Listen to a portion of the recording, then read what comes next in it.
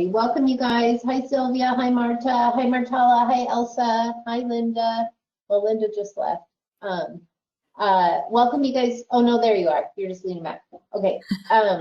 So we are, like you may have heard, we have turned on or started utilizing our HRM system that has the capability to post an online catalog for our professional development.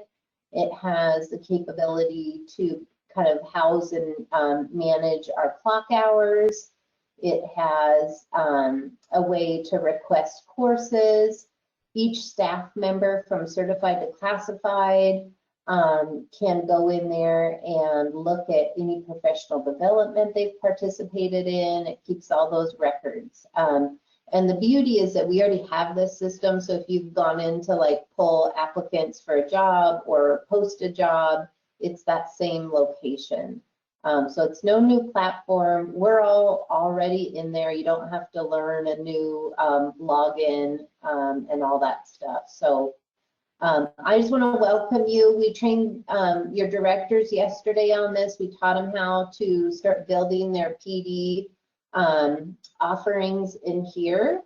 And Bree is here to walk us through how to also do that to support your director and just see some of the features in there. So I would just say interrupt, ask questions. Bree's really nice. She doesn't mind being interrupted. And know that we go live with this at the end of June. We'll kind of bring it up at June leadership. You guys are getting trained today. TOSAs and IFs are tomorrow. Directors were yesterday. Principals have a couple sessions the next few weeks. Then we'll do teachers in May and June and August. So everybody will get in there and get to play and learn how to find the PD catalog and how to find professional development offerings. I think that's it. Did I miss anything, Bree? No, you did great. I'm impressed. Okay, enjoy. I'll be here too, just learning again. I probably should take this training at least 10 times. Well, yes. Enjoy. Thanks. Well, welcome. Feel free to use the chat feature or to unmute yourself and ask questions. Like I said, I don't mind getting in. I don't think of it as interrupted, but I like questions. That's how we learn. So please feel free to ask questions. Yes. Okay, so we have the same thing that happened to Pam yesterday where some people can't hear or see. So okay. I need to, in the chat. Yeah, and I'm going to turn off my camera right now, and we're just going to, so we can see the slideshow. Click on the upper right-hand gear if you need to set your audio or camera. There we go. So let's see if that helps a couple more people hop on here. I noticed not everybody. A few people, yesterday found they had better success downloading the app and logging in that way. I'm going to type that in. That's what I had to do, was download the app. Yes. Okay. I'm typing that in. Okay. I forgot that a couple directors had that issue yesterday. Yeah, which is interesting because I guess I have the app on my computer.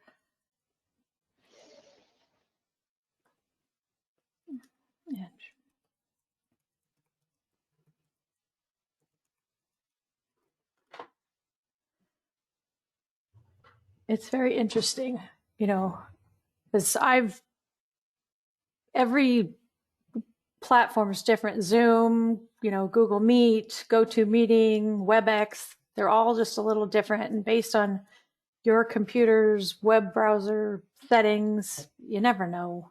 And that's the hard part. But we can wait a few minutes. But we want to hopefully get everybody so they can hear and see the presentation. So we'll give them just a few seconds. But we are recording everything, so you'll have, by tomorrow morning, I'll have it uploaded to YouTube, and we can share the link with people so you can kind of watch it at your own pace, which sometimes is nice, you know, as well. Okay, we'll give people a couple more seconds because I see people that don't have an audio connection. I see they're in the meeting, but without an audio connection, it looks like. Yeah, I got to Sylvia and Marta. Who's this? This is Rosa. Lisa. They'll get it. It'll just take a Okay, minute. so who can't hear? I think all of them. I think most of them in here are not able to hear us Or they can't see or something. or see. Yeah. I can see it here, but I think it's because I downloaded it. Yeah. Yeah. Sylvia's downloading right now. Okay.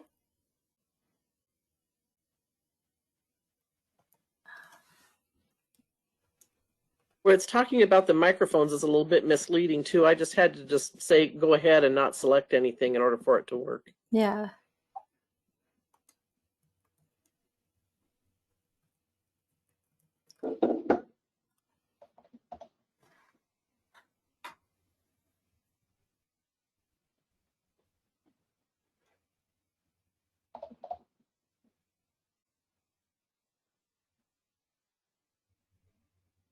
They probably can't see the chat if they can't see the presentation either. Maybe. Oh, really? It looks like Sylvia went to phone. Okay. Okay. Yeah, you can call in and join. But then you can't see anything. Yeah, you can be connected twice where you can see and then join with the phone. So you can have two connections if you need to, because sometimes the computer doesn't have a good audio.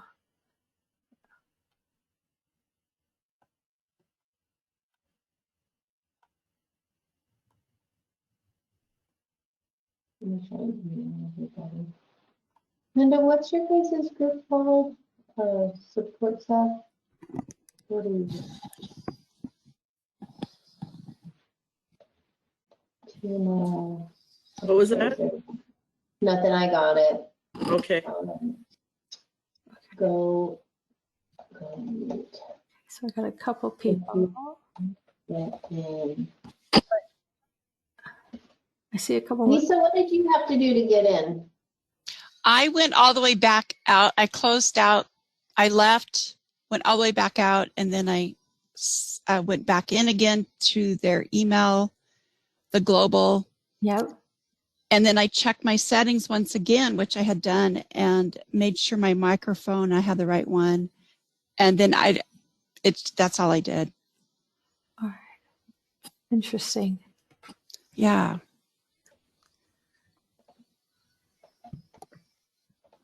I was trying to figure out who else needs to get connected.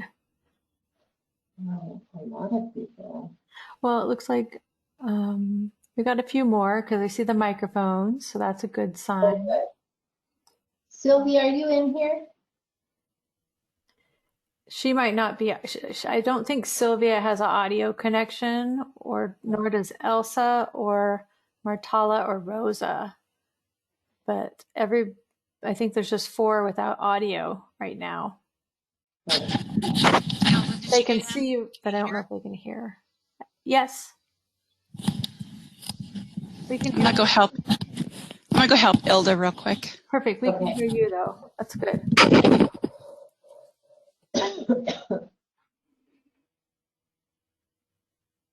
Well, good thing we have plenty of time for this training.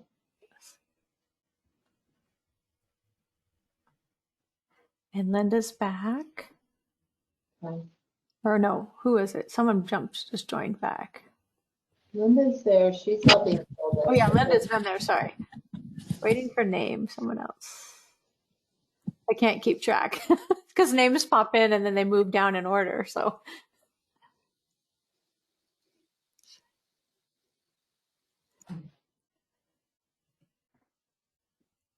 Oh, good. We're getting closer. Just a few more. And then we'll Because get, mommy can hear us. yay. Linda can hear. Elsa can hear. Yay. Okay, so we're close. Let's get Ilda in here and then let's get going. Hilda can hear, but she can't She doesn't, talk. oh, so she doesn't have a microphone on her computer. No, she does. She can Oh. hear only, Okay. but Well, she has a hear. microphone. Okay, so well, she can use the chat feature if she has any questions that she'd like to ask. So, okay. Okay, let's get going and then I'm gonna put my phone number in the chat if you want to call me and we can troubleshoot together. Excellent. Okay. All right. Well, thanks everybody for being patient. Technology, it's our friend and our foe at times. So it's just one of those hiccups that I think we deal with daily. And especially, with COVID, it's something we've all got to learn to be flexible with.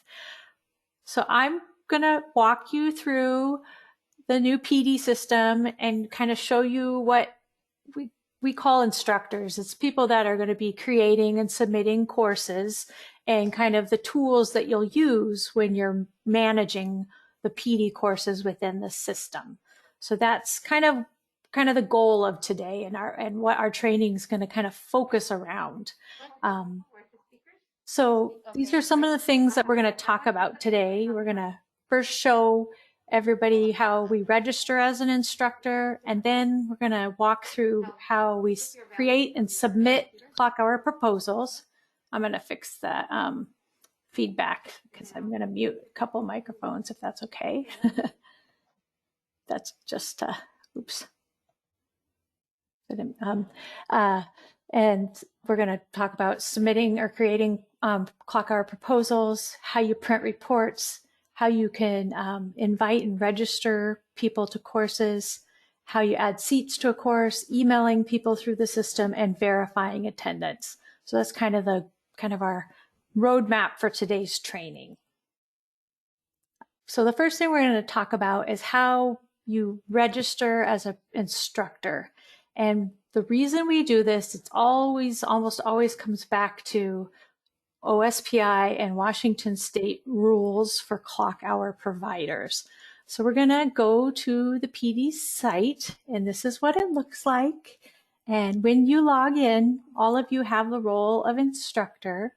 And when you log in, you typically are directed to the registration or the course catalog.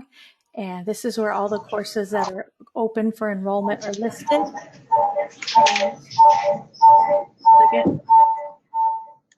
going to mute everybody real quick.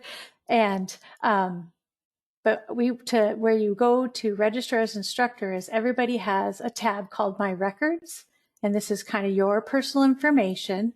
And you go into your personal information, and it'll have your name and your position and your assignment listed here. And there's a little box down at the bottom where you can check to register as an instructor. And when you save that information, you'll get an additional tab added to your account. And that's where we keep the instructor information. And OSPI needs the district to keep on file information that helps prove or lists why an instructor is what qualifies them to be an instructor. And the actual WAC language is all in-service education instructors shall have academic or professional experience which specifically qualifies them to conduct an in-service education education program. For example, they would have expertise in a content area, field, or occupation.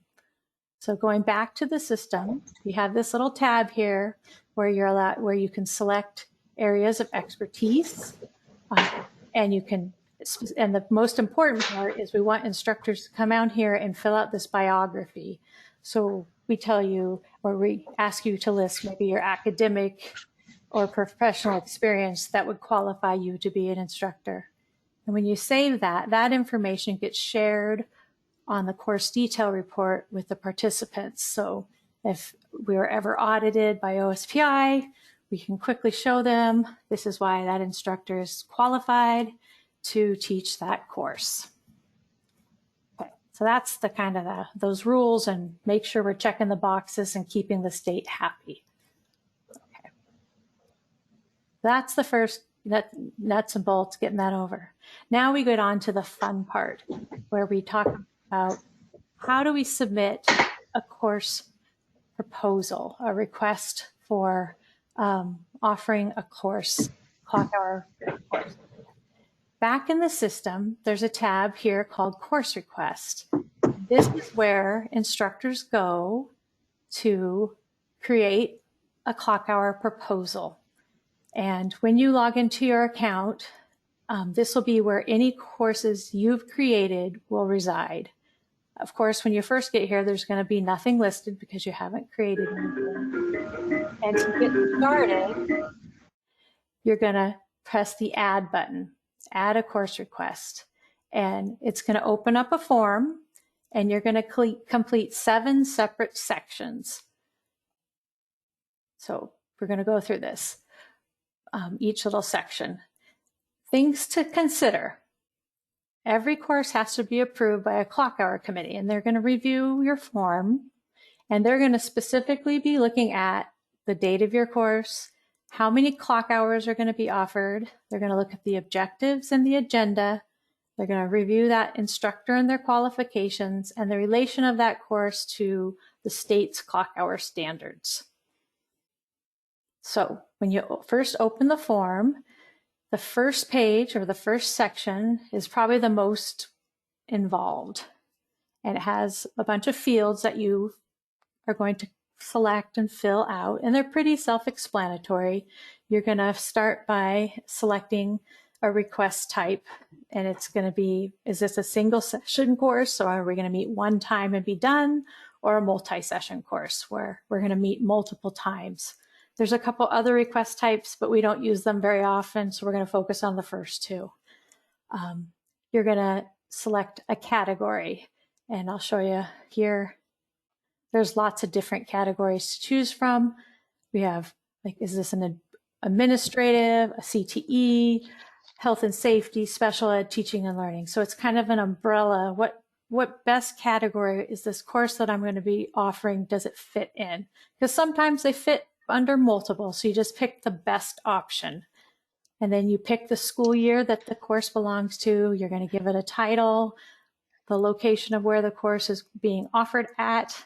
We even have an online or virtual location.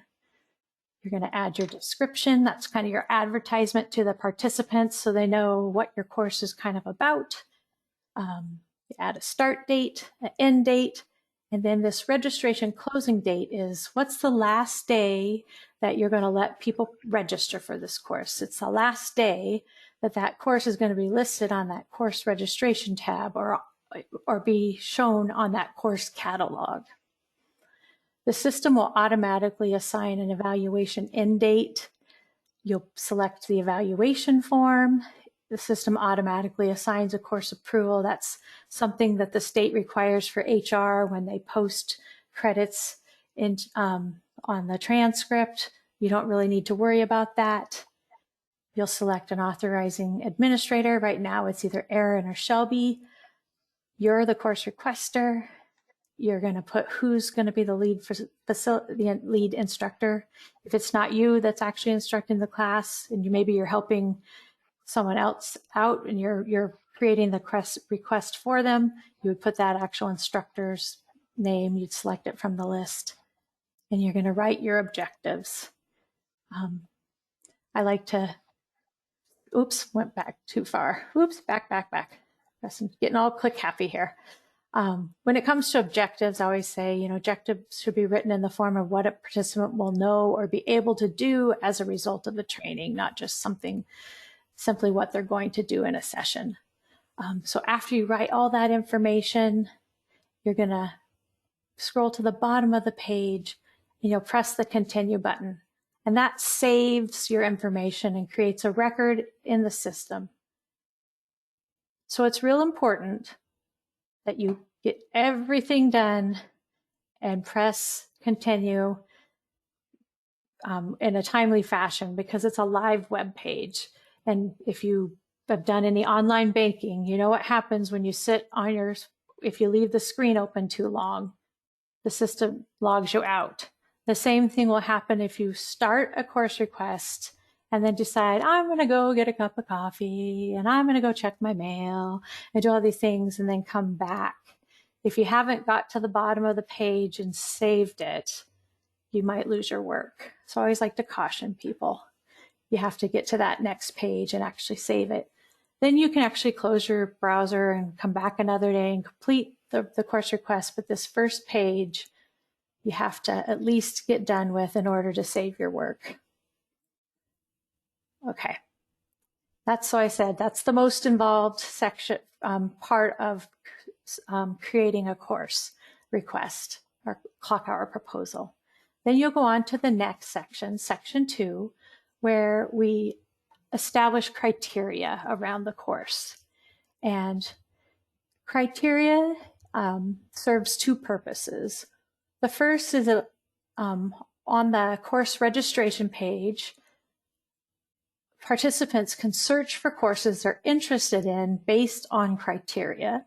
So we've got a couple different criteria categories like target audience, content focus, grade level, and so on. And then here's those state content standards that the clock hour rules OSPI spoke about, all those different things.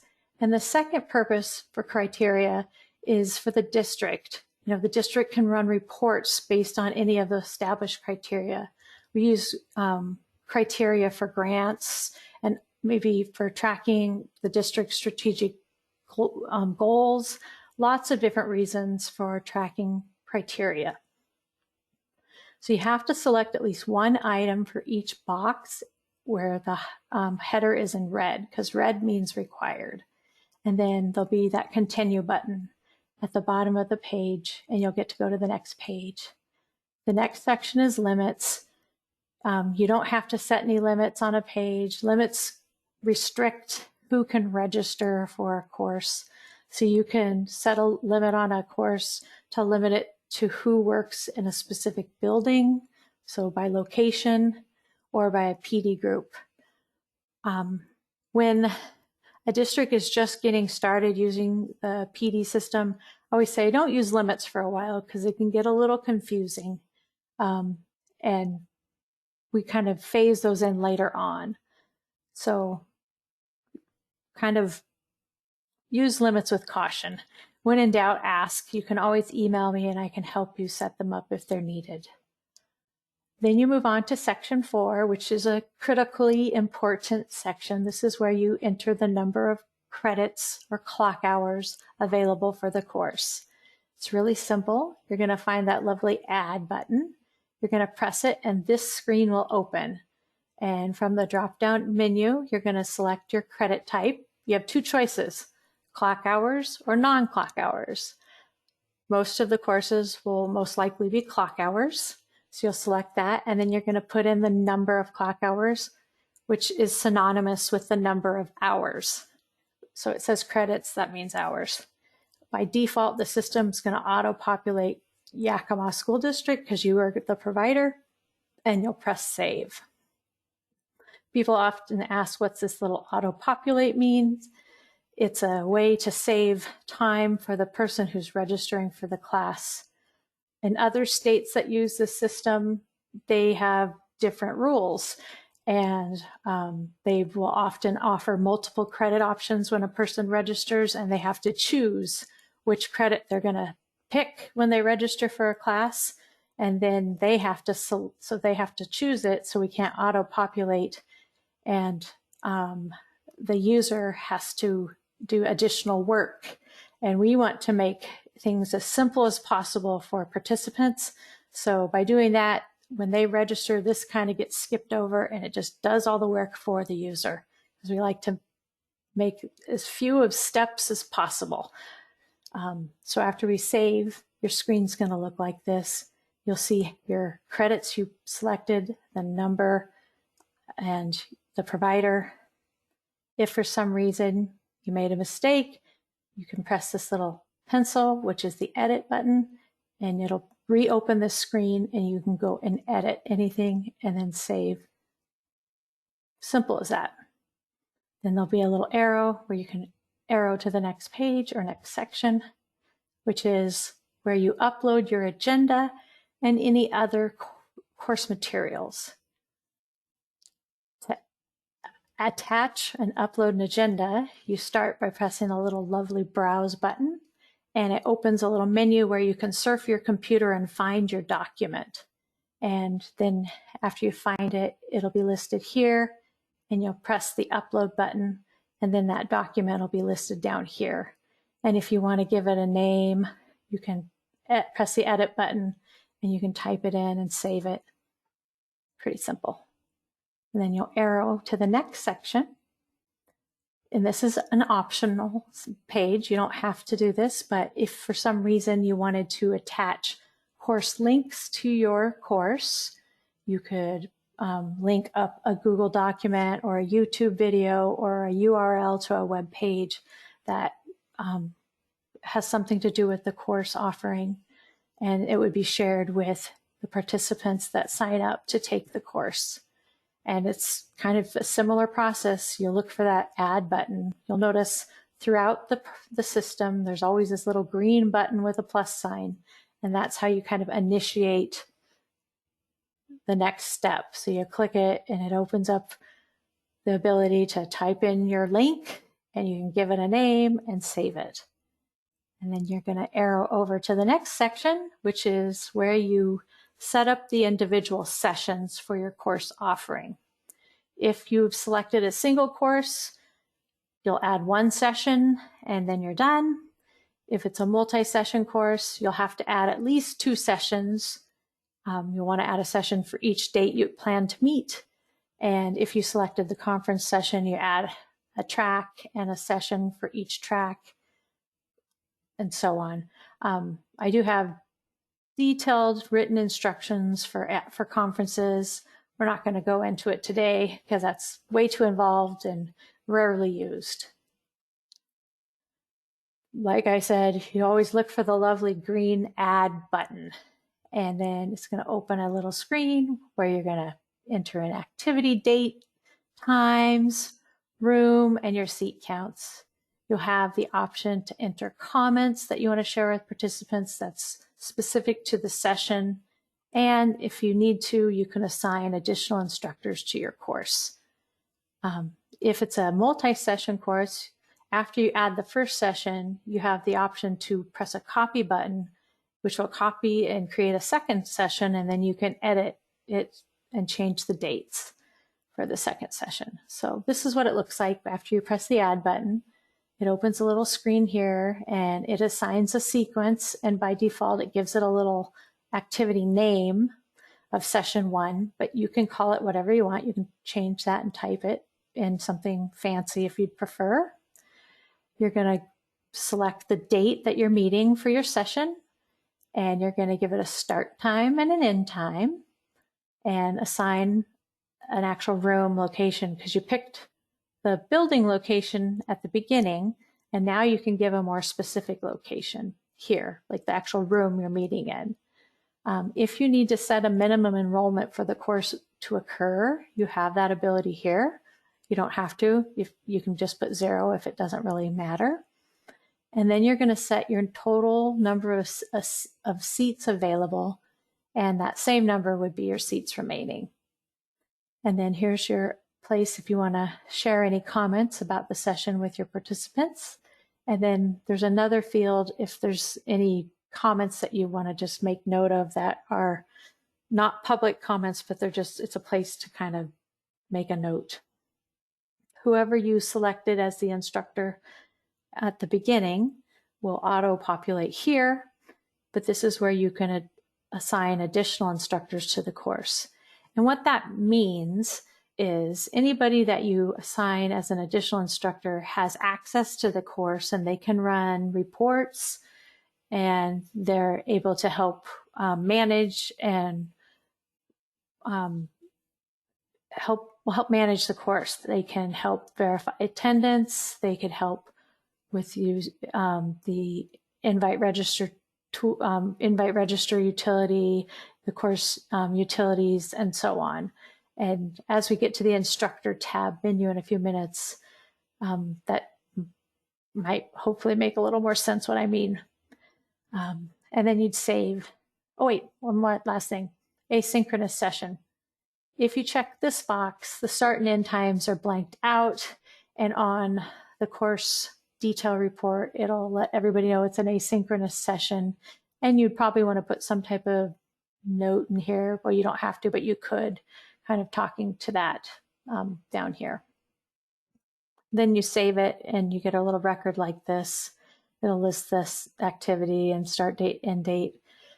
If it's a multi-session, you'll have the copy icon and you can copy it and create a second session. You would open the pencil or click on the pencil and you could change the dates to reflect when that second session is occurring. So that's the 7 sections. It seems like a lot, but it really doesn't take that long for creating a course request or a clock hour proposal. Once you're happy with everything that you've created, inputted into the system, you'll arrow to the very last page, and there'll be a big submit button and a little bit of language on the screen. And you'll press that button, and it's going to send an email to the PD manager letting them know that you've submitted your course and it's awaiting approval. And the PD manager will then let the clock hour committee know, and that your course will get reviewed by the committee and they will make a decision whether or not to approve the course. And then you'll receive an email back with the decision whether it's been approved or denied. If the course is approved, the status of the course updates to open, and it's visible on the course registration page. So once your course is approved, it shows up here, and employees can start registering for your course. And after you press that submit button, you are directed back to that main course request menu, and your course will be listed there. And we'll just take a second here to kind of talk about what things mean on this screen. Now that on my screen here, I didn't actually create the course, so there's no data here, but we'll look on my PowerPoint and talk a little bit about these few things real quick. So after you come back to this screen, you have the opportunity to go back into your course request, because you have this pencil, that edit button. If you click on it, it opens it up and you can navigate back through your course. If you find a typo or if you need to change a date, you can do that. In this column here, the info column, you can actually click on this icon and it opens a report called the course detail report. And it looks a little bit like this. And it's taken all that information that you've added on all those different screens and compiled it into a report. It has all the session details, and down below it will have the course agenda, the agenda that you uploaded, the criteria associated with the course, and so on. And participants see the same report on that course registration screen, and as well in their records tab if they registered for the course. So it's seen a couple places throughout the screen or throughout the system. Over here, this is a copy button. So if you wanted to offer this same course again, rather than go through and complete all 7 pages, you could copy it, then click the edit button and update any data that's different, which is typically the dates of the offering. And you could do that and then submit your request. You're going to see the status of the course listed here. Pending means that you're working on the course, but you haven't submitted it yet. Review means that you've submitted it, but a decision hasn't been made yet by the committee. and so on. If an icon appears in this column, it looks like this, that lets you know that you have a wait list for the course. So more people have registered for the course than there are seats. And you can go to the reports menu and run a report to see who is on the wait list. And what happens is if someone cancels their registration, then the first person that was put on the wait list would get moved into the course, and they would be notified via email that they have been added to the class. So the system timestamps everything and keeps track for you of all that. So you don't have to worry about it. And then in this row, this is the registered participants. And you can actually click on that icon and it creates a little report that looks like this. And it lists the people who've registered for the course, and it breaks it down by each session. So that's course request. So I see the committee manager doesn't receive an email every time you edit it, but you get locked out of the course after a certain period in time. Once I have to remember the exact time. So until you've submitted it and it becomes open, there's a certain period in time when the requester gets locked out from making changes. So that's a good question about edits. And I can't remember off the top of my head exactly when that is, but I can find out and share that with you. It's an excellent question. And I should know it, but I don't want to give you bad information, so it's better if I look it up and then share the right answer. All right. Thank you for asking that. That's a great question. Okay, so that's creating a course request. And that's kind of the biggest and most involved part of the whole system. Once you have that down, you've kind of got the system down. Now we're going to kind of move on. Well, we're going to talk a couple quick other things about clock hours, and then we're going to move on to the instructor tab. Just a couple quick things to remember when dealing with clock hours. Minimum time for a clock hour course is 1 hour. That was changed in August of 2019. It used to be 3 hours, which is good news because it adds a lot of flexibility when offering courses now. A big one is clock hours may not be issued retroactively, which means you have to get approval from your clock hour committee before your course happens. So submit your courses early. And I'm sure that soon you'll be getting directions from your district on, they'll probably write a business procedure on like a timeline, a common, I know many districts, they have like a 15 days or 10 days. So I'm not sure what your district's policy will be, but I'm sure they'll be sharing that with you. And that just gives your clock hour committee time to review and get the approval completed in time for your course offering. Participants need to register for their courses, and then you as a provider need to keep record of this. The nice thing is the system does all that for you, and that's the advantage of having an electronic system. And the big one that districts tend to forget, but you guys are doing the right thing by building it into your course request, is the content and the objectives of your course must relate to one or more of the content standards. So we've put the content standards into the criteria tab. So as you're writing your courses, you're going to select one of those so that we can easily show, if you're to get audited, how it relates back to that. And as a little reminder, these are those state content standards. So we just got another question. We have PD that has been happening monthly. Will we need to add in the remainder of this year into this? Probably not this year, because if it's already been, actually, I'll let Shelby talk to that question. Shelby, do you see the question in the chat?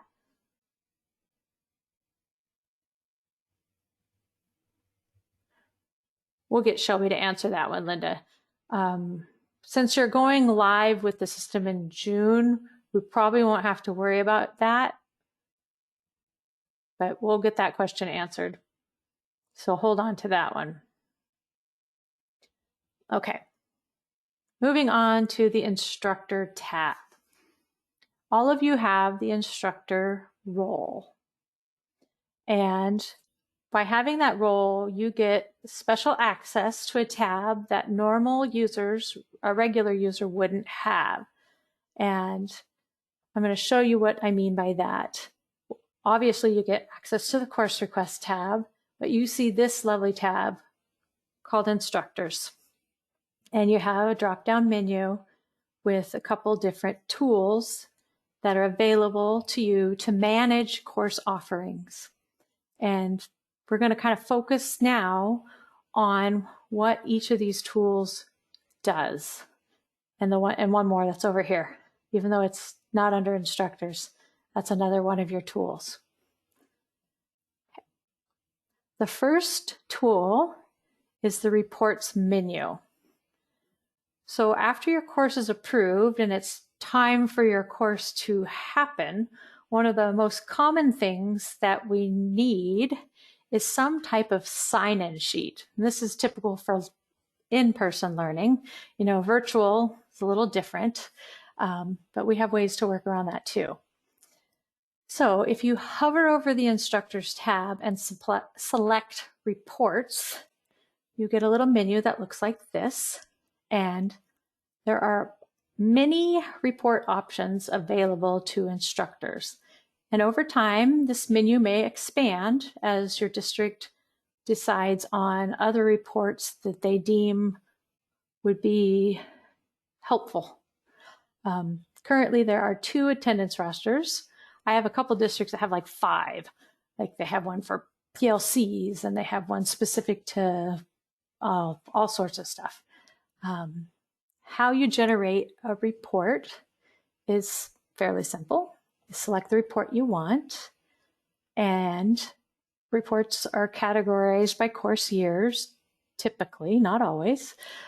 So attendance roster, you're going to find the school year that your course is associated with, and then you're going to select the course, and you're going to see just courses that you are associated with. So either you're the lead instructor or you've been added as an instructor on that sessions tab. So that's where that little piece comes into play, where you can add someone else to help manage your course. And then you press preview. Sometimes nothing happens, and that's where you check for a little pop-up blocker because it's opening in a window. This is the multi-session sign-in sheet. And on this one, since we don't at this time break up our clock hours by sessions, we have to do a little pen and pencil ourselves. So the way I use this this sign-in sheet is in the top gray box, I pencil in the date of the session. In the bottom gray box, I shouldn't say pencil in, I write in the date, and then I put in the number of clock hours for that individual session. And I'll do that for all my sessions that are associated with this particular course. And then when the participants arrive, they would initial for each session and so on. And then on this one, I would put the total clock hours, and when the course is over, I could go across the line and kind of figure out how many clock hours each person earned. And I have a record. What I like to also do is if someone didn't make it to one of the sessions, I like to cross out that box before the next session so that if they come back the next time, they don't try to write their name in and try to pull one over on me, because I've had that happen, but that's just how I do stuff. And then after the course is all done, I sign this off and I forward it to my pro dev teaching and learning department so that they can keep this record for the next 7 years like the state wants on file for me. But I do that after I verify attendance, which I'm going to show you in a few minutes. So that's the multi-session report. This is what a single session roster looks like. And same idea, I'm going to pick the school year, I'm going to find my course, and I can pick a session if it is a multi-session class. And I'm going to press preview. And currently this is what your report looks like. Your district might submit changes and change the look of these, so don't get too attached. This one, they sign and clock hours get written in, and so on. So that's kind of the idea behind reports. Other reports, you can access evaluation summary. So after the course is over and participants have had time to complete their online evaluation, I always encourage instructors to go back and review the evaluation summary. It just summarizes and compiles everybody's answers to, into one report. It's anonymous, so you're not going to know who says what, but it gives you feedback, which is always, I think, a good thing. As educators, we should be reflective, and it helps kind of guide our process so we know what maybe we need to modify for the next time, or what we should work on to make our presentation stronger. Okay. Yes. So that's a good question. Linda says, what if they leave early and don't complete the hours that day? I have some districts that have modified or have different attendance rosters. This is why I said don't get too attached to your sign-in sheet, because I'm going to show some examples to your district where we actually have a line for time, a checkout time. So participants are supposed to sign out and put the time if they leave early, so that can help monitor for those who leave early so they don't get all their hours. So your district might choose to modify their sign-in sheet. It's because of that, and add some of those things. We just haven't quite settled on all those fine details because we're still kind of in that process, because we have about another month or so to get those little fine details ironed out. That's another excellent question. So thank you. I love this. So yes, evaluation summary. You can look at registered students by courses, your wait lists, and so on. So once you start getting courses and people have registered, you can start running reports and looking at stuff. Once you register for courses and start taking courses, you'll actually have reports available to yourself. Depending on if you're certificated or calculated, you'll have different reports too. If you're certificated, you can run credit reports based on the information HR has on file from you. That's not just your credits here in this system, that's all the credits they have on file for you. You'll have your work experience reports and so on. So just know that reports aren't just specific to the PD within the system. Sorry, that was a tangent, but I thought I'd point it out. Okay. Dialing it back and staying on track. I tend to do that. I wander. Sorry. Another tool that can be useful as an instructor is the invite, register, and cancel tool. And it's exactly what it sounds like. It's meant to invite people to your course offerings, register them for your course offerings if they just can't figure it out, because sometimes they can't, or if they fail to register before the registration closing date and they show up to your class and they've signed themselves, they write their name in at the bottom of your attendance roster, we can't give them credit if they're not signed in. And especially when you're launching a new system, I always kind of feel that first year staff need a little extra help getting across that finish line. And rather than punish them and make it really hard, we do what we can to try to accommodate within reason. So we give you as the instructor tools to just make it easy and just get it done. And then we have an ability for you to cancel someone's registration or cancel your course if for some reason you just need to cancel it. And it notifies participants that your course has been canceled, and it cancels their registration as well. To access that tool, it's under the management menu, and it's the invite, register, cancel tool. And the first thing you do is you pick, what option am I using? Am I inviting? So it's an advertisement, sending out an email, letting them know that I have this course that I'm offering, or am I registering? So let's say I add my course, everybody figured it out but one person. I just want to get them in the class. So I'm going to go find my class. I typically by default always choose all sessions because that puts them in the entire course, not just a session. And you select the credits.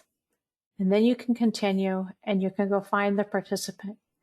You'll notice there's lots of options. You can find, find people by location, member group, all that stuff. But if it's just one person, I go and find them by their name.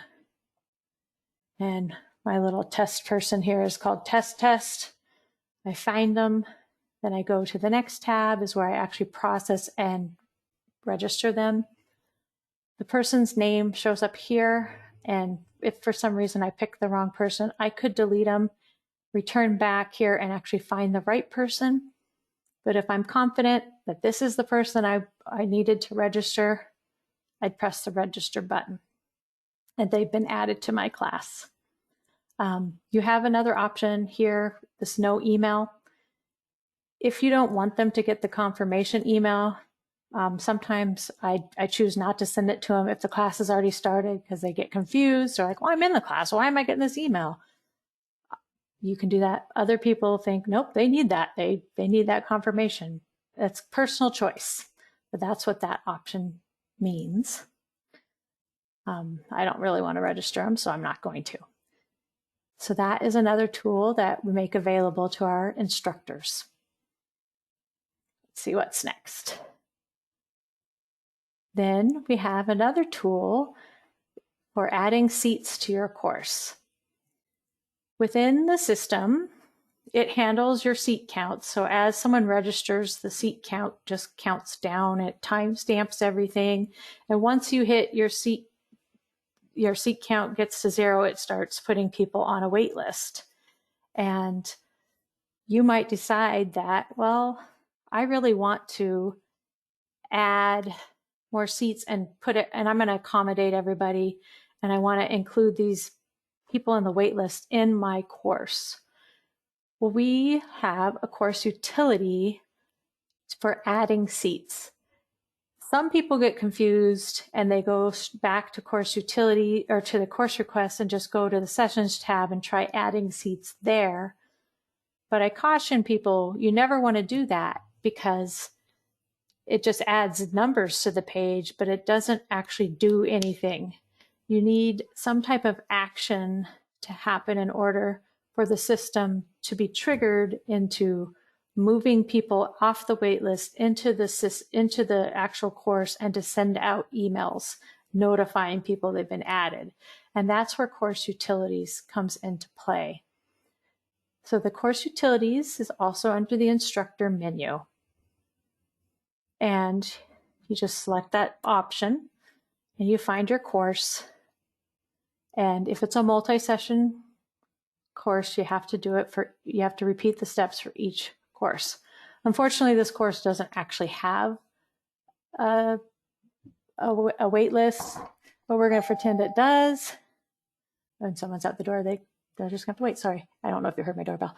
Okay, but let's say this course had 150 seats to begin with, and remaining was like -5. So we're going to pretend. Well, what I could do is if it had 150 to begin with and it's -5, I could set the seat count to 155 now, and that would bring those 5 people on the wait list into the class, and my new total when I'm done would be 0. Or I could set the seat count to 200, and my new total would be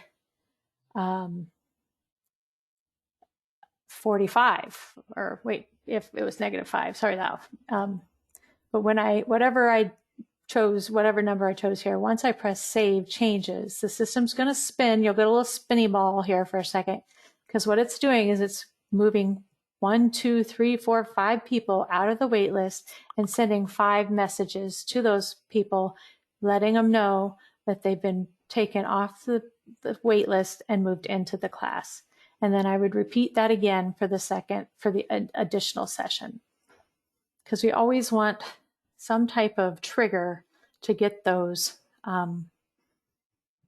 emails and that action to take place. Hopefully that makes sense.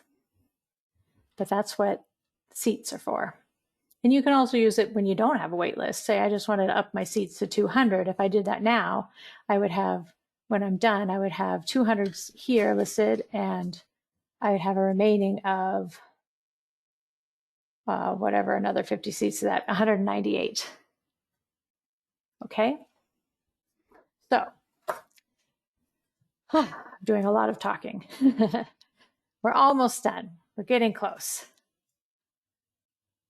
Now, getting to some more of the meat. You have another menu called Course Attendance and Email. And under this menu, it's going to list any courses that you have been either listed as the instructor or an additional instructor under the sessions tab. And within this menu are two submenus that are equally important. And let's go take a look at where to find this. It's the first item in the drop-down menu. And your courses are listed here. And similar to the course, it looks similar to the course request menu. It's going to list your course. You have access to the course detail report, that registered users, a registered participant report. If there's a wait list, you would know because it would flag it and you would see that. Over time, you'll get a lot of data, just like you could on the course request menu. All of these fields are searchable. So over time, you could type in this field and filter down the list and find a specific course. Same with any of these fields. When you do filter, when you're done, look for the little green double arrow circle thing. It'll end up here and you press that. That clears your filter and resets the search. The same is true in course request. I get lots of emails saying, help, my courses went away, I can't find them. And it's usually because you put in a search and you just need to clear it. And you don't kind of overlook the little green circle arrow. I don't know what you call that, but that's what it is. Okay, so now we're going to talk about these two submenus.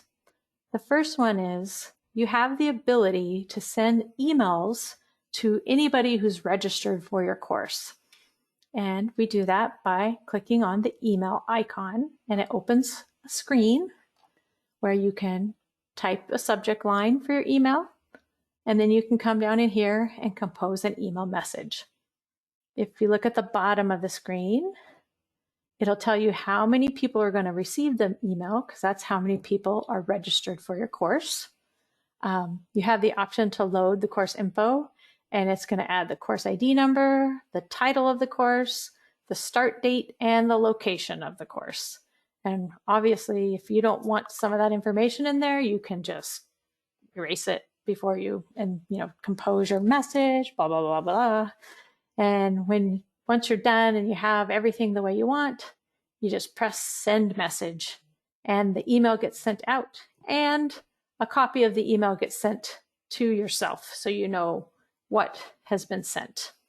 Kind of your little verification that it went out as well. And then you can return back to the menu when you're done.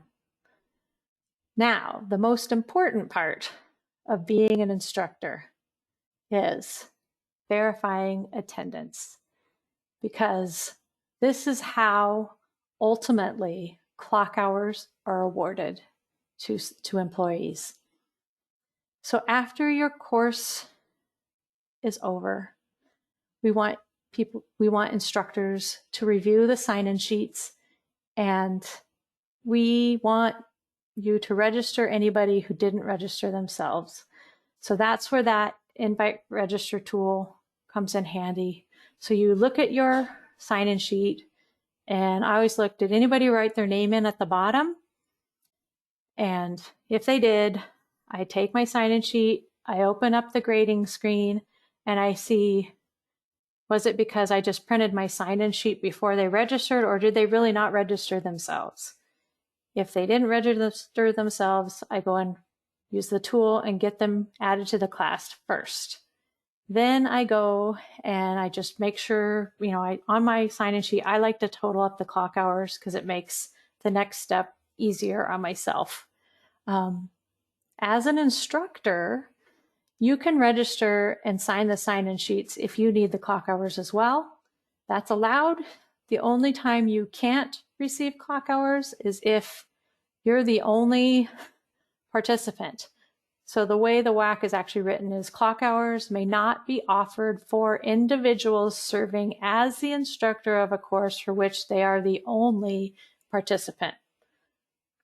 But otherwise you can. So if you want the hours, make sure you register and sign in. I just like to review my sign-in sheet for accuracy, make sure the hours, ID, dates, all that stuff matches up, looks good. And then I go into the system and I verify the attendance. When I'm done, I send my sign-in sheet to PD, Teaching Learning, and that way they can double check things and it kind of goes to the next step, which is the posting or awarding of clock hours, which is done by HR. So it's kind of this process that gets followed. How we do that is back in the system. And that's this, it says grade, but it's really verifying attendance. That just was really long, and grade fit in the little title was shorter. So we click on the pencil and eventually the screen will open. We've got a little lag going on. And we put the steps up here on the top of the screen for you.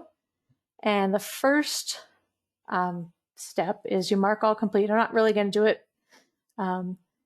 Mark all complete. And what happens then is this earned column gets the actual requested, the total hours get filled in here. And so everybody gets the maximum amount of hours added to their record. And then the second step is you edit your exception. So you're going to look at your sign-in sheets and you're say, well, who didn't come to all the hours or who didn't show up at all? And you go and you edit those individuals. So let's say this person, they only earned 6 hours or 3 out of the 6 hours because they only came to one session. I would click on the pencil and I would actually modify their, and it's being really slow, and I would change it to 3. And since I didn't actually press the mark all complete, I can't really make changes. This V would have changed to verified instead of not verified because I marked them complete. And I could change this to 3 hours. And I might put a comment saying they attended 1 out of 2 sessions because I like to leave comments and detailed notes. That tells me why I'm giving them less hours. If they just didn't show up, I would change this to an NS for no show.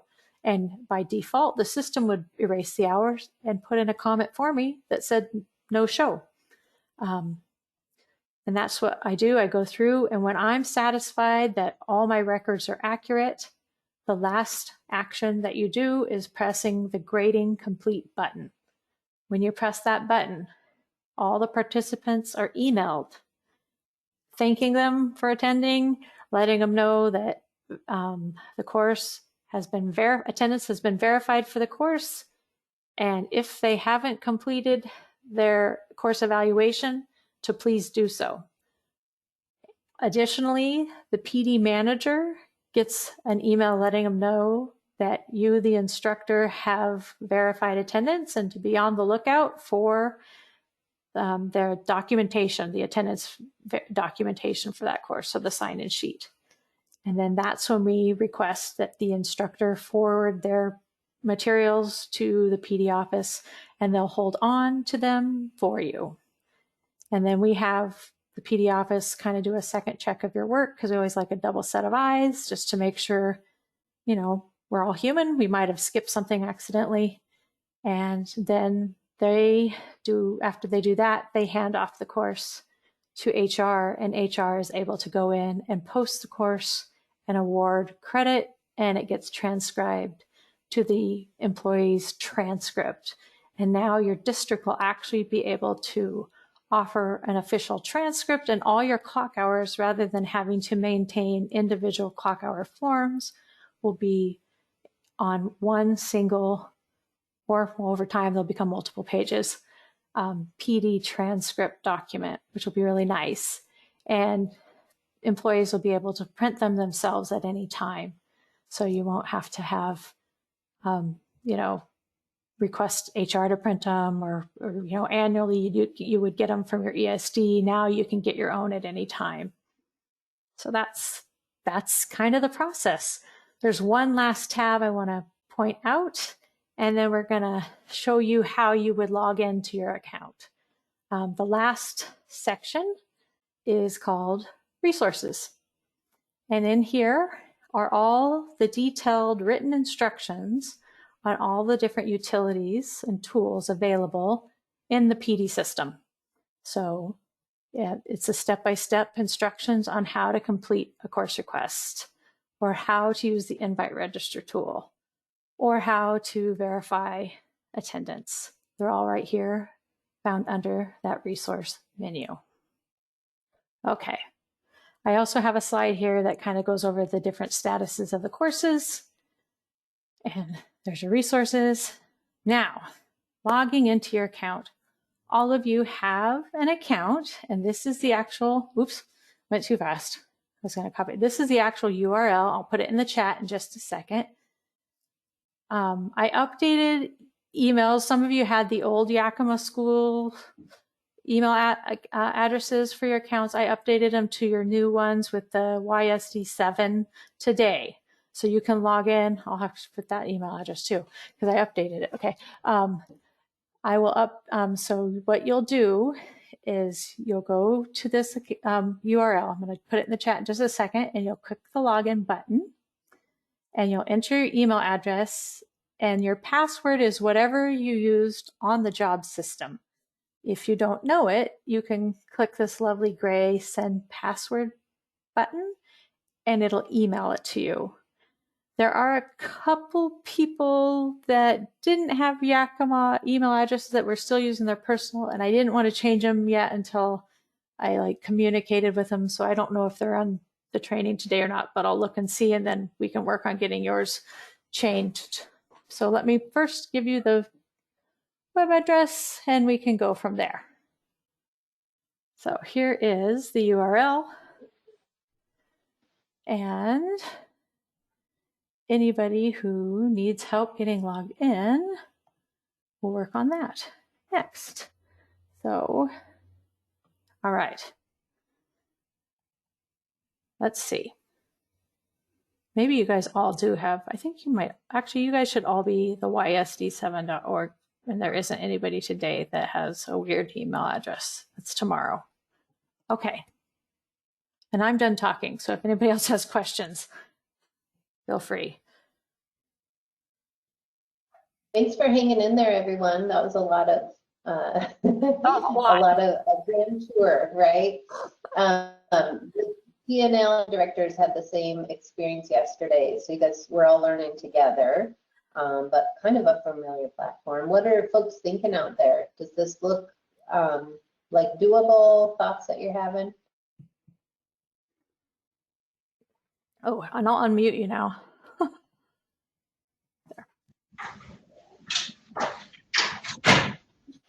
Gilda says it's streamlined, exclamation point. Thanks.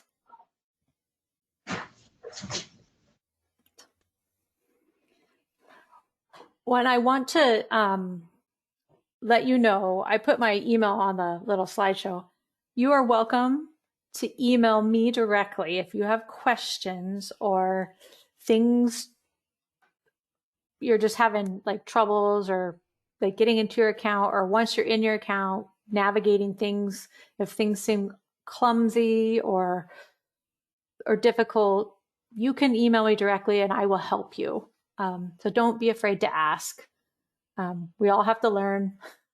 And like I said, that was a very fast presentation with a lot of words coming your way. And then timeline-wise, you guys, TNL is getting together early May to talk through just mapping out some of next year's professional development. I doubt many directors will be putting a ton in there for June PDs. Some may put a little bit, but really we would start seeing a lot of use in August and September. So it'll be kind of a slow rollout. So we'll all get to kind of learn together. I know Pam's in there right now adding stuff, and a few have played in there. So yeah, like we said, don't hesitate to email And directors will have a clearer picture around early May of some of the big stuff that they want to plan for next year. And maybe can sit right next to you and you guys can do it together, something like that. So what do you guys think? Any thoughts out there? You can put them in the chat. Bree, it sounds like people are muted. Are you able to unmute people if they can't unmute themselves?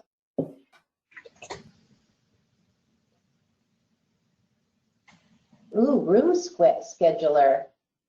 I don't know. Have you ever had a room scheduler in here, Bree? I'll check with some of the districts what they do. Okay. And Because we just have it, where is ours? Is ours on the calendar? Google Calendar yeah, right now? We just use the Google Calendar Yeah. well, you know, for rooms. yeah. Well, and I'll talk to Joe because, you know, the version of this that will be rolled out that's integrated in like homeroom and stuff that's almost done. I'll tell him that if he could build one of that, that would be a handy tool. Any other questions, you guys, that would make your life easier and move you more towards paperless land?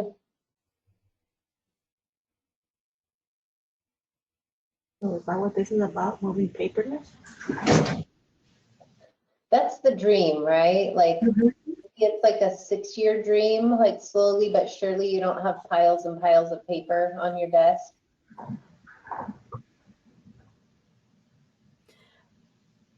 Hilda says, what about leave and subs? Well, So there's some talks about that, about integrating. But you can go ahead, Shelby. oh, I'll start it, you end it. How about that? So this is connected to our HR department as well.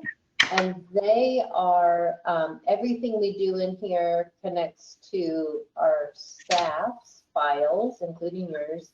And HR is all in the loop. We started this journey together.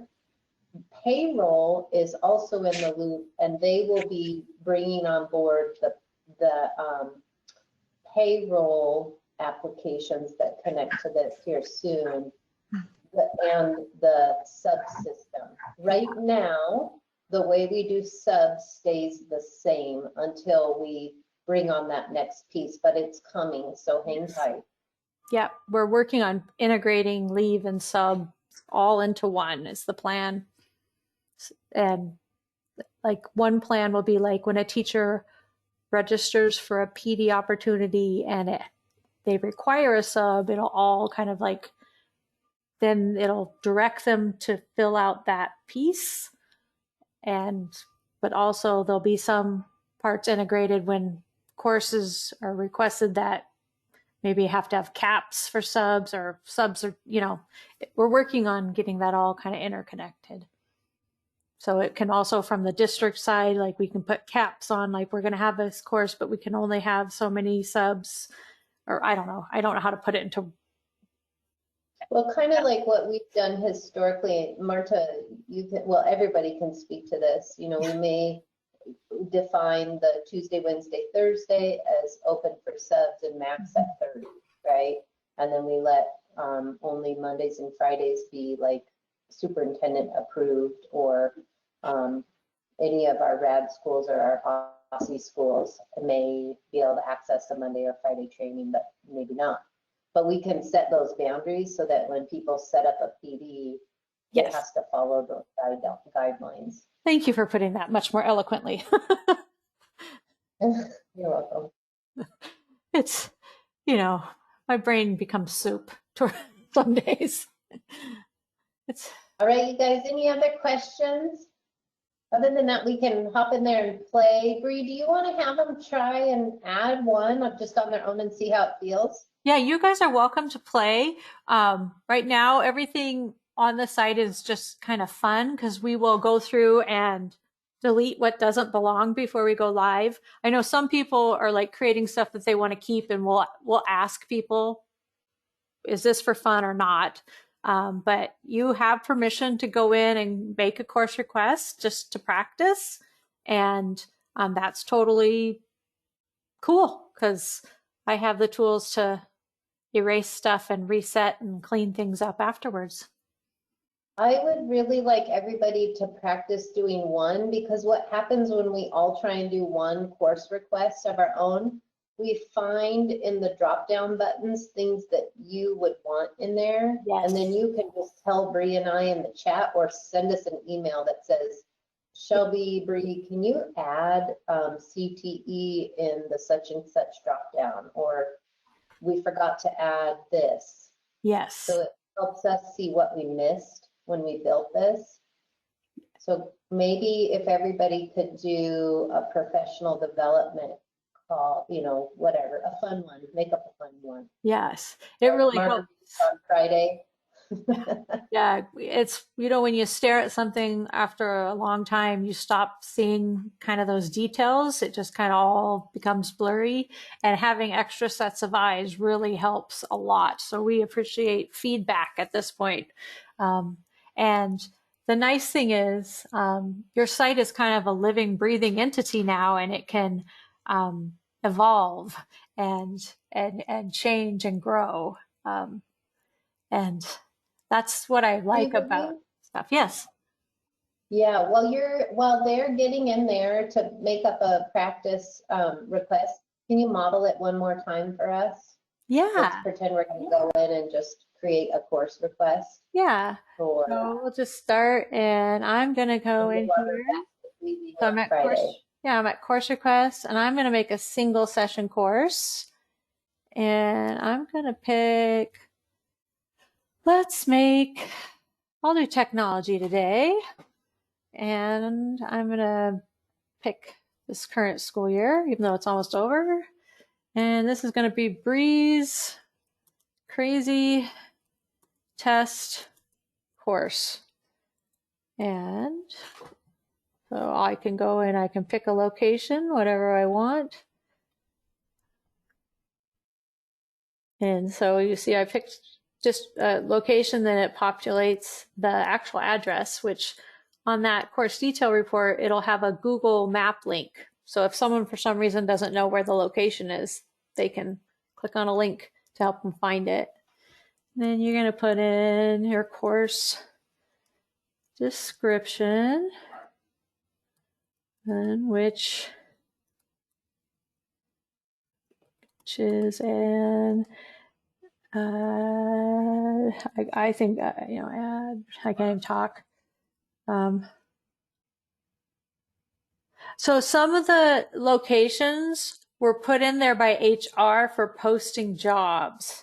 So some of the locations, we want to talk to them before we change them. And we, I can't take them out of there because I use them, but we might just not use them. I saw that question from Lisa.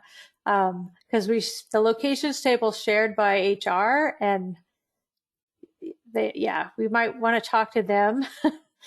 And we might just ignore some of those because they're that way, might be for a reason. So yes, I understand why things might be confusing, but before we change anything, we'd have to get their permission.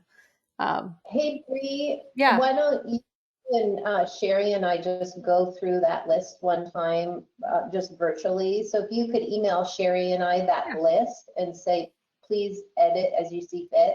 And yeah, or if there's some that they're willing to archive, so they're just not, you know. What's that? Sorry, I missed that last thing. Like archive or inactivate if they're not using, and then we could make some new ones. Yeah. Yeah. Hey.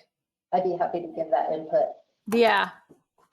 But yeah, that's why we didn't touch any of them originally, because if they're posting jobs to any of them, we don't want to mess with what they're doing. Right. So Sherry and I will edit it in a Google Sheet together. Yeah. Okay. Awesome. Yeah. I'm just going to pick a date. Let's say I want to make this be, this could be this date. Single session, so it's going to start and end on the same day.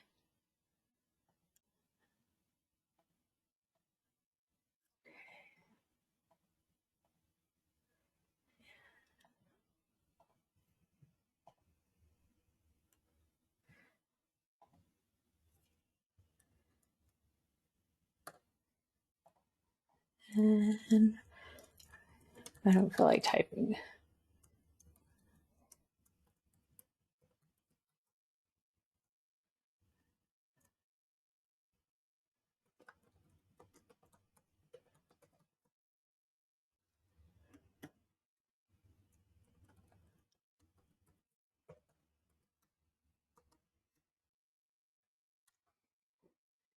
And I didn't really talk about these, but if you were offering a paraeducator standard course, you check this box, and up here, the para information shows up. And if it's one of those fundamental courses of study, you can tag which one it is, and the system then can provide information, or you can run reports, and you can track the different standards, which can be handy if you're offering those trainings yourself. But I know some districts are, having other organizations do that training, but that's what this para one is for. If you're offering STEM courses, you check the box, and then this menu opens, and you check which 2 of the 4 content areas the course is going to cover. So if it's like science and engineering, and then you answer the 3 questions, and then we can provide reports. And if it's STEM, it will then be marked on the transcript as a STEM course for renewal, and the clock hour forms and whatnot, because teachers need those for certificate renewal. As we all know, this is the first year. If they don't have them when they renew, there's an email that came out from the state about that today. And if it's a TPEP course, you can check this and then select. Oh, there's a space in front of that one. I'll fix that. Those are those little things that we noticed. And so once you get all the mandatory fields completed, those are all the red ones on my course request, you're able to go to the next page, and it's been saved. The nice thing is you can go back if you need to, update, like write better objectives, because those were not very well written. And then you can come in here and start selecting your different criteria. And let's see. So this is technology. And I do have technology.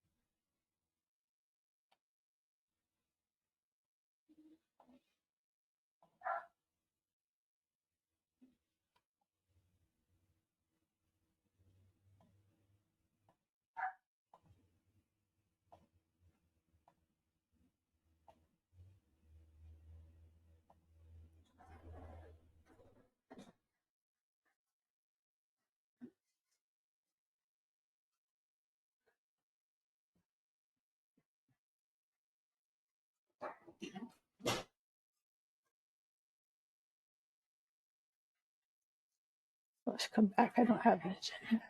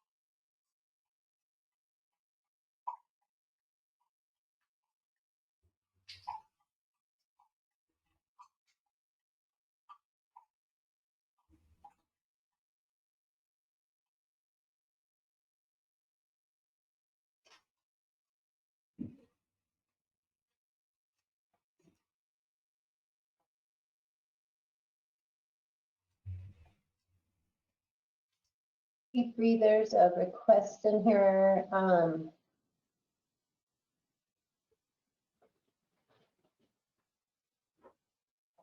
It would be good for the grade drop down to have all secondary, Okay.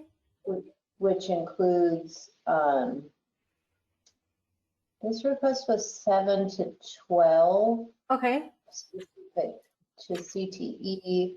All secondary traditionally would be 6-12. Lisa, can you say more about that? I will. Our sixth graders in the middle schools are not included in CTE programming. And so when it comes out on this, it would be 6 to 12 or 6 to 8. And the teachers aren't. We have teachers that teach that, but they're not CTE teachers. Yeah, could we call it CTE secondary? That would be great. You know. Let's change it right now or add one right now. So Thank you. Under grade level. Yeah. Mm-hmm. So we said CTE secondary. Correct. Yes. Got it.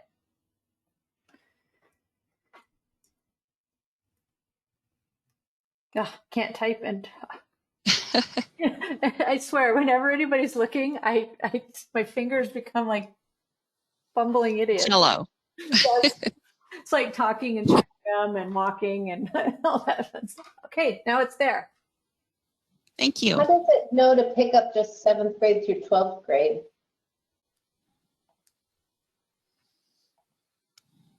So look at those. You know, any of these can be modified. So this is just for tagging, you know, for. Well, it's like a label. It's not like a poll. It won't pull like certain teachers or not. No, this is just for like reports. If you tag it first, it's so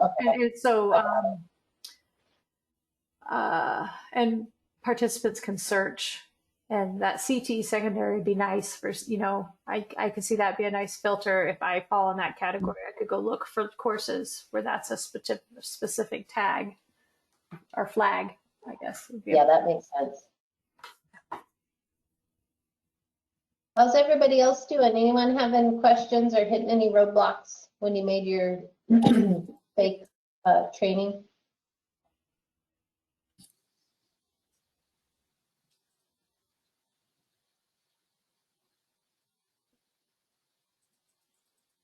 Bree, I don't know if you talked about this. I was kind of in and out, but the clock hour stuff, Myrtala is still here. Is Myrtala? I don't think so. Oh wait, yeah, she is. Okay. If you could hear me, Myrtala, you and I and Aaron will work together on just making sure you're all set to go with that first look at the clock hours. And then Aaron's going to keep the clock hour committees going.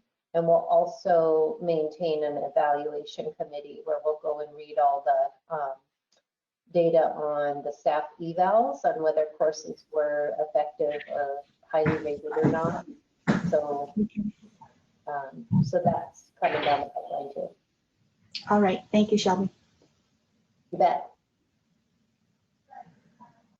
And Shelby, you and I, if you want, we could have an additional meeting one of these days, and I can show you a couple different ways that you might want to handle things. There's some like a PDF report that could be run and then emailed to your committee members to look at with all the key information, is what some districts do. There's just a couple of options that they do to kind of for the committee to use, but we can talk later. I can just show you a couple practices other districts do. Okay, will you send me an invite in 2 weeks to do that? Or when we're done with all of our, well, no, in 2 weeks, let's meet for like a half hour. Yeah. And then, and I can just show you, yeah, and I can show you a few things around clock hour committees and other districts' practices. Okay. And kind of like things that, like when Myrtala, she's going to get the emails. Sorry. And all she would have to do is go run this report and kind of prepare it, and like the PDF, and it can all be electronic. Option, email it to people.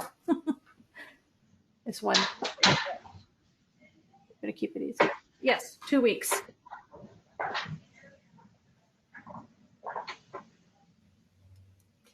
I just asked if you guys are done building your mock or your practice training, you can hop off. If you still have questions, we're gonna hang for a minute. Bree, I asked Pam to hop back in here with us. She's been texting me and she's trying to do the AWSP criteria and it's not working. I know, and I have to get the programmer to look. I got a weird message that I haven't been able to figure out, but he has not been available to work with me today. Okay. But I am aware. I added the one she asked to hers, and I can add them from the back end, but I can't figure out why it won't let her. So I need to have the programmer go through and see if there's just some like bad data in the way. Okay. But I haven't forgotten. I just haven't been able to connect with the person with more technological insight than I. Okay. I told her not to hop on then. If I just said you're working on it. Yeah, but if she wants me to add additional criteria, to have her, tell exactly which ones she wants, and I'll get them added to her course until I can get it fixed. Because I can put them on for her from the back end really easy. I just need Noah to go through and figure out what's causing it to give this integer string error. It's really weird. So, Okay. but we will get it before we're officially live and good to roll. So, we're Okay. You know what I mean? We're live, but like live. Okay.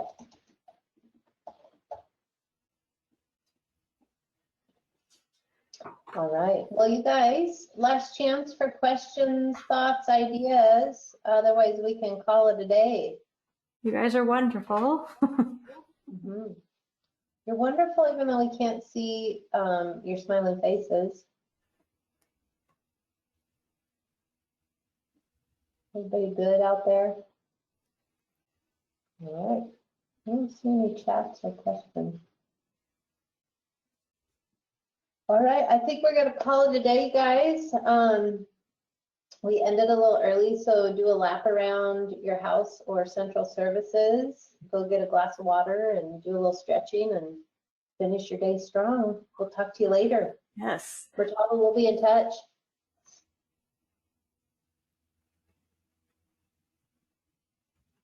Yes, thank you, Shelby.